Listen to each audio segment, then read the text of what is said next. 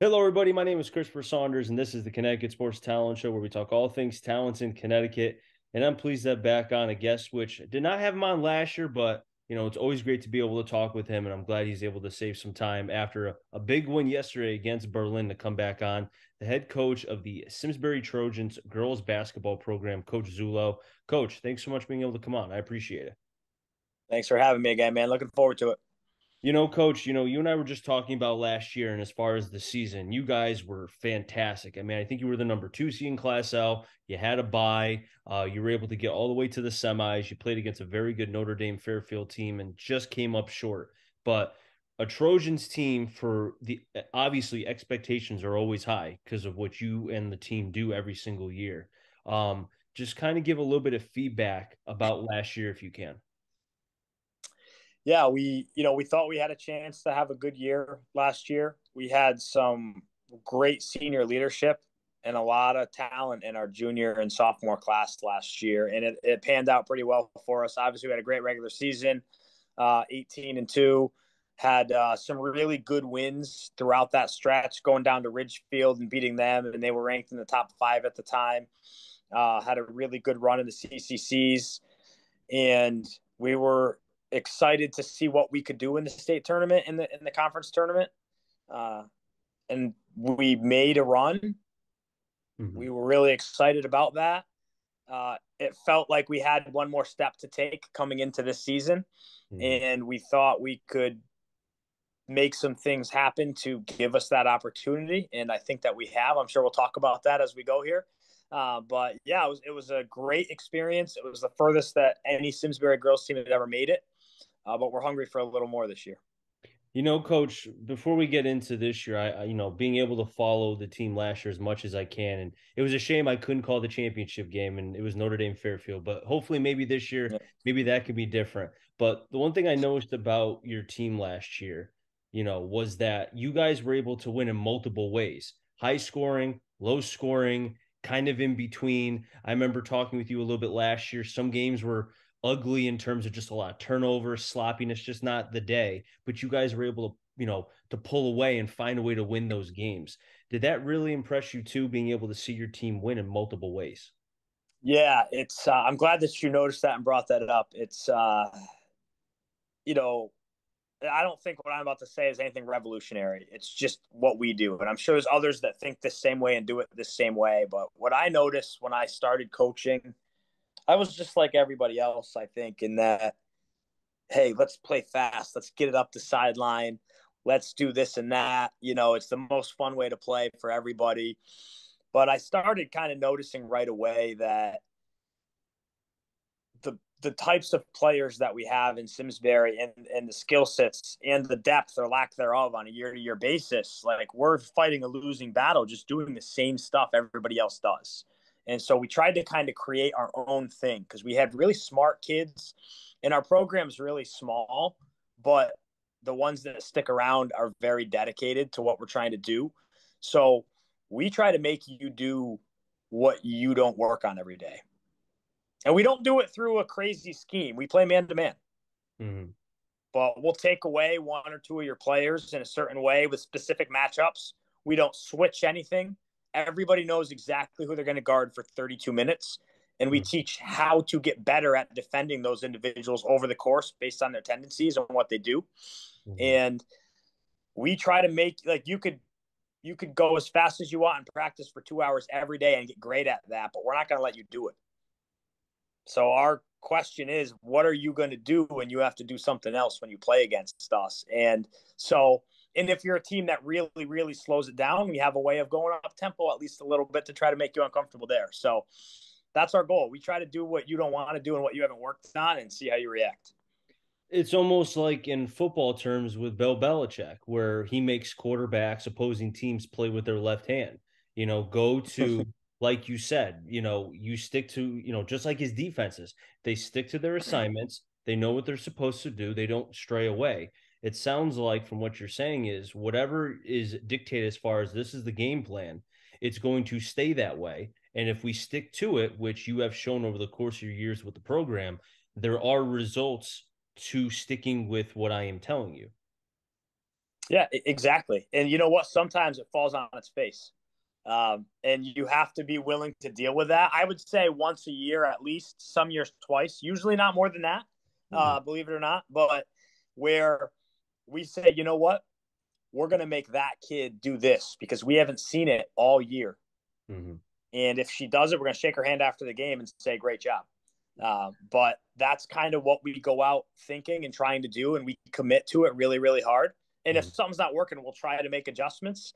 But yeah, we work really, really hard on it. We talk about it. Some of the practices aren't the most fun because it's a lot of talking and a lot of thought as opposed to just going up and down.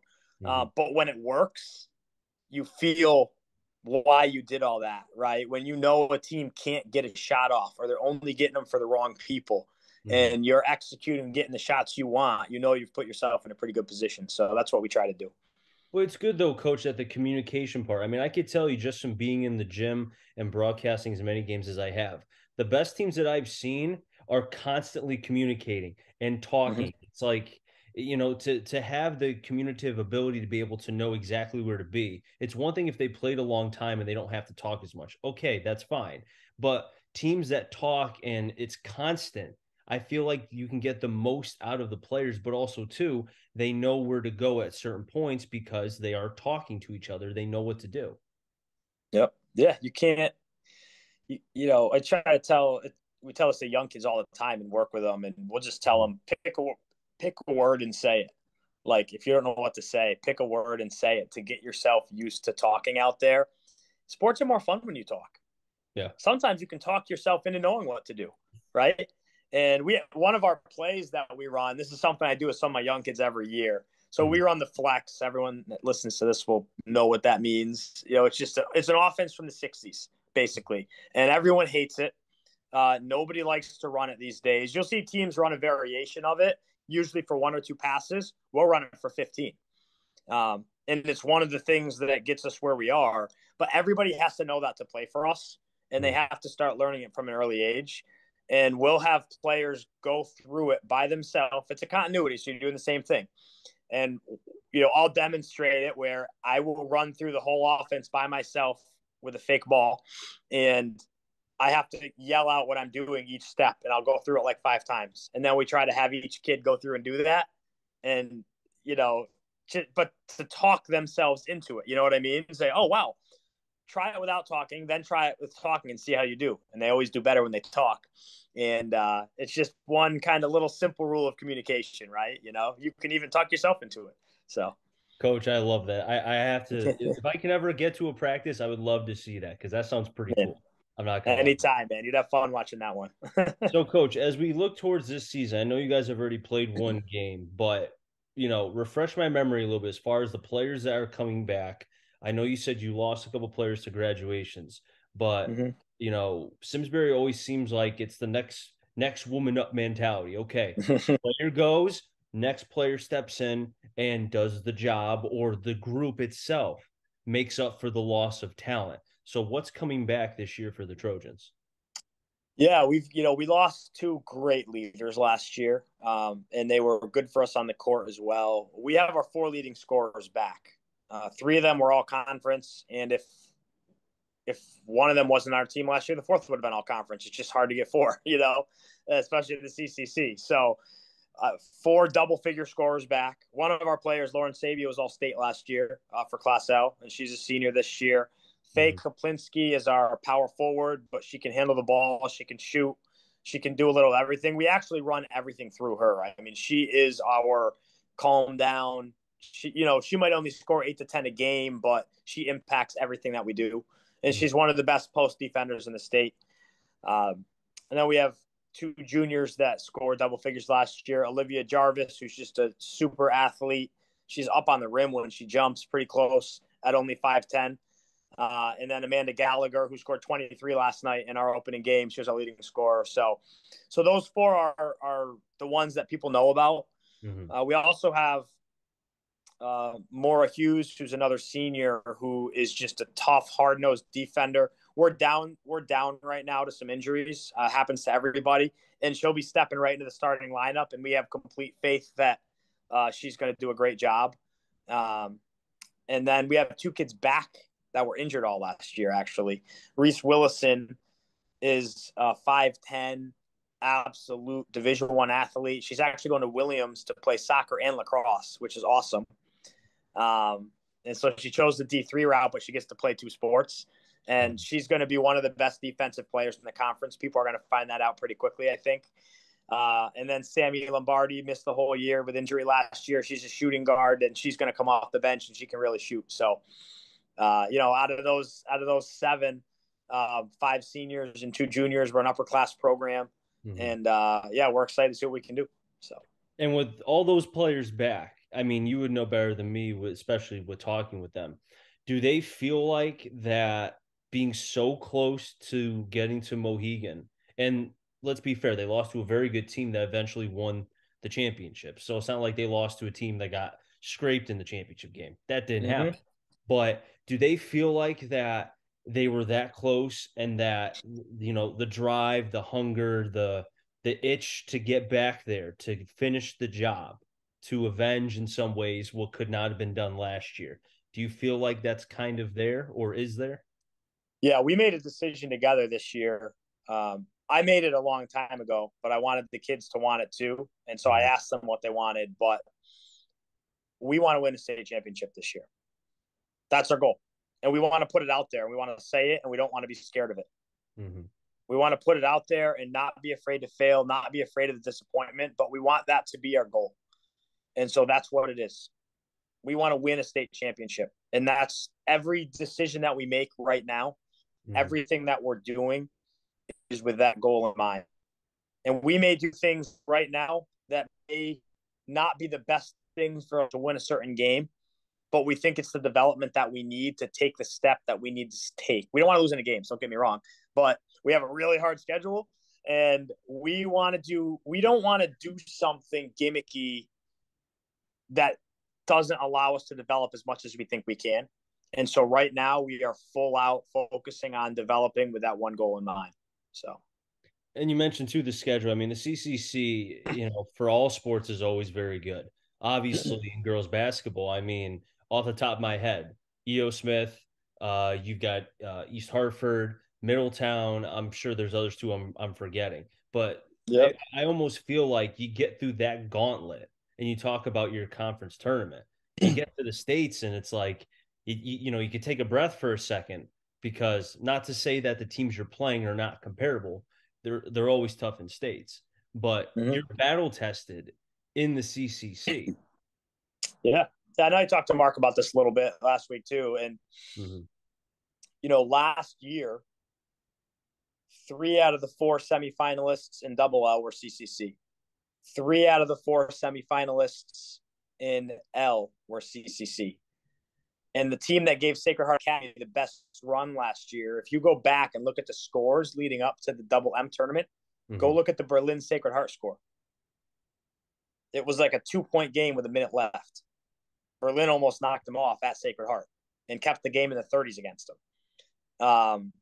And no one even thought that was an option, So there's so many good teams, there's so many players back.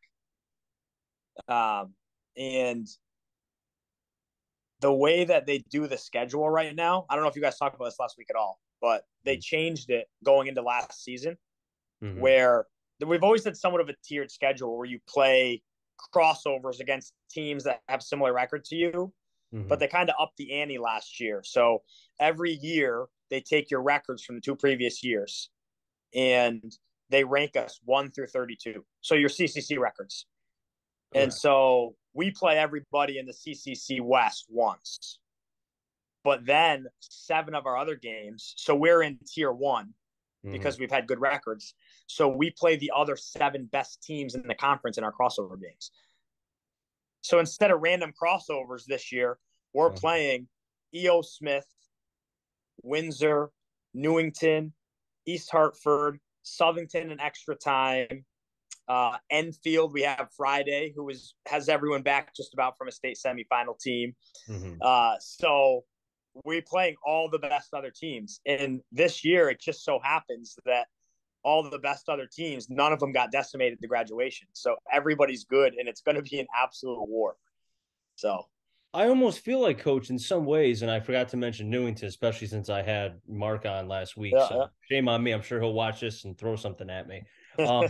I feel like going through those teams, though. I mean, you talk about wanting, and everybody has an opportunity to win a state championship until they get to the games, and then it's battled on the court. Okay, Mm-hmm. for you to go through those teams, you really will know where your team is depending on where the games are at what point. But it's good to, I would rather have a tough schedule like that than face teams that, let's be honest, you would scrape by a whole lot of points. You don't get anything out of that. Yeah, and we talked about that. I mean, we obviously don't make our own CCC schedule, so 16 of those games are hard, and it was already scheduled for us. Mm-hmm. But we went 18-2 last year. We won a lot of games by a lot of points, and we played some really good teams too. And we tried to challenge ourselves, on some of the non-league games. But this year, like I said, we decided our goal was to win a state title, and we don't care if we're 10-10 going to the playoffs. We think we'll be the toughest 10-10 team in there, and Mm-hmm. unlucky for someone that's going to play us early on. And so on top of our 16, we're going to New York State twice to play 4 games, and they're all really good. So we're playing a college showcase over the winter with really, really good teams in it. You wouldn't recognize any of the names from out here, but if you started looking up the teams and the players on the team, you'll be like, wait a second, they were 24-2 last year. They were 23-1 last. I mean, they only invite good teams. Mm-hmm. And then we're going back in January to play 2 teams that are perennial sectional champions out there in New York. One of them was a state champion last year. So we're going to go find out about ourselves. Even if we lose a couple along the way, we don't want our first test to be at the end. We want to be tested every day through it and be ready for anything when we get there.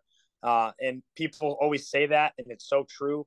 We made sure it's going to happen this year. We just got to win enough to get in now. See, Coach, this is why I'm so glad I do this and that I can have conversations. I wish I could do this with all coaches, because hearing exactly what you're saying as far as who you're playing, the competition, and the whole nine, the whole story, when the voting happens, a lot of times I feel like certain people only look at the records and that's it. Oh, this team, it has 5 losses. Okay, they shouldn't be in the top 10. But look at the losses. Look at the whole Yeah. picture. Just don't look at that. And I feel like for you guys, like you said, if you go in 10-10, you'll be the toughest 10-10 team probably in the last 5 years. But I just feel like, especially for people who are going to be watching this, don't look at the wins and losses for Simsbury. Just look at the end results as far as the entire season. Yeah. Yeah, 100%, man. I mean, it's tough. I used to worry about this way more, honestly. You have injuries too. We got a big injury right now, and Mm-hmm. it's okay. We're gonna get better through it. We're gonna have more people ready to play. It's not fun. Nobody likes that, but yeah, we're not worried about the record. We like being ranked. It's nice. We're glad that we started out in the top 10, of course. But I know how this goes. If we don't go 5-0, we're not going to be ranked by the time the next one comes out. No one's going to know the teams we played in New York and how good they are. But when I first started, because I'm in New York, we actually the coaches got together and they seed the teams in your area. So they do sectionals in New York. It would almost be like we would have a Hartford County playoff and and then as we move up, we would play the other counties. Mm-hmm. And so you would have a team that was 14-6 in a tougher conference be ranked ahead of a team that was 17-3 because it made sense, right? And we don't do that here. And I thought that was wild when I started because I was just used to it. So Mm-hmm. I used to be really aware of that, and I would want the best record possible to get the best seed possible. I worried about it, and then a few years ago we went to Florida actually for a tournament, and we raised the money. We went down to Florida Mm-hmm. and thought it was a cool thing to do, right? And the second team we played down there, I'll never forget, they're from Bartlesville, Oklahoma, middle of nowhere, Oklahoma. And I saw some film on it, and I'm like, these guys are really good. Like, we're in trouble. And then I saw them in person their first game, and I'm like, we are in real trouble. And they had 2 Division I guards that both started right away as freshmen, D1. They had small forward that was D2 started right away, and then 2 6'1" bigs that were both really good Division III players. And I'm like, that's a lineup, right? Like, And that team that we played that year would have won the state title in Connecticut hands down. Wouldn't even have been close. And I talked to their coach afterward, and I'm like, "How are you 8-8 right now? How are you eight? Like you'd win our state title." And he's like, "Yeah, you see those 6'1" girls are pretty good, right?" I'm like, "Yeah." He's like, "Well, everybody we play has a 6'5" girl going to Baylor or Texas. That's our league." And I tell you the story to say like it changed my perception on everything, right? And it's like, why are we scheduling teams we know we can beat just to get that win? Like, look at what else is out here. What are we teaching these kids? You know, so I can have more wins on my record at the end of the day, like, so we can get a better seed and then not be ready to play the best team.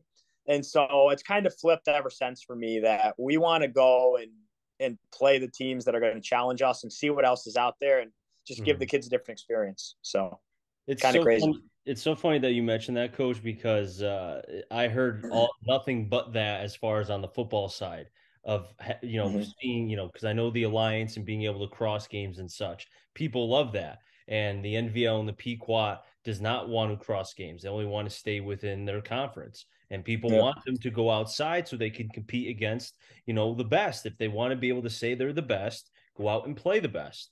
Not going to probably, as far as the Pequot is concerned, the NVL, from what I heard, is not going to be doing that. So it sounds like it's going to be another year of that. But I really do like the fact, Coach, and before I let you go, the fact that you just don't care. I'm not saying you don't care about wins or the losses, but what I'm saying is there's just like the bigger picture with, okay, if you're 10-10, well, how is this team 10-10? Who did they play? What were the scores? What was the situation? It sounds like as you've evolved as a coach, you're seeing it from a bigger perspective. Does that make sense? I don't want to sound like I'm being rude. No, you say it, man. You said it, right? Like I've been doing this for, God, my 14th overall year coaching and my 10th year just at Simsbury. And like you do over time start to realize what's important more once you get a bigger perspective of seeing it. And I'm like one of the most tenured coaches in the league now, which seems crazy. There's only a few that have been here longer. And it's like, you know, this is actually just about the kids and giving them different experiences and teaching them things. And sometimes you got to teach them that there's other stuff out there and that getting to the top is not easy. And if you don't set the goal of getting to the top, you're not going to get there. So that's why this year we said, hey, we don't think we can win a state title. That's our goal. It's our one goal. And if we don't get there, we're going to be disappointed, but we're not going to get there if it's not our one goal. So we'll see what happens. Coach, I appreciate you coming on as always. Pleasure always be able to talk basketball with you. Best of luck this season. Hopefully our paths will cross at some point. I hope we keep rolling so we get to see you, man. Thank you very much. No problem. That'll wrap things up here on the Connecticut Sports Talent Show. So until next time, stay safe. Remember, CT stands for Connecticut Talent. I'm on a journey to find them all. Enjoy the rest of your day, everybody, and be well.